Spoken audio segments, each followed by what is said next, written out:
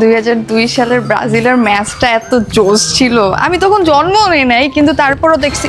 হ্যাঁ হ্যাঁ ঠিক বলছিস, নেইমার তখন যা খেলছে, উফ। নেইমার তখন জন্ম নিয়েছিল। হ্যাঁ, তো ওর মতো বের করছিস কেন তুই আমারে? তুই তো বেরোতে চাইছিলি। আমি বেরোতে চাইছি মানে? জার্মানি যে কালকে 7টা গোল দিল, কি দারুণ হলো। এই তুই গেলি কই?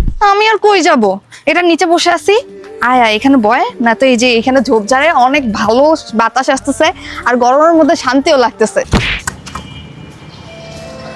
কি রে, বল ধরছিস না কেন? আমার বল ধরার মতো মানসিকতা, শক্তি, সামর্থ্য কিছুই নেই। আমি ভিতর থেকে ধ্বংস হয়ে গেছি। এই রোদ আমাকে কুড়ে কুড়ে খাচ্ছে।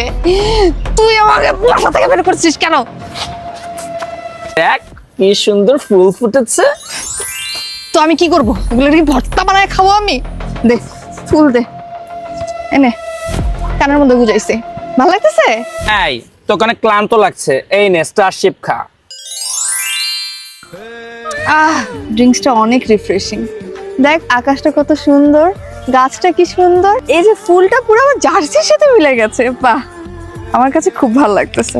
তুই খাবি? এই নে, তুইও খা একটু। দে তো।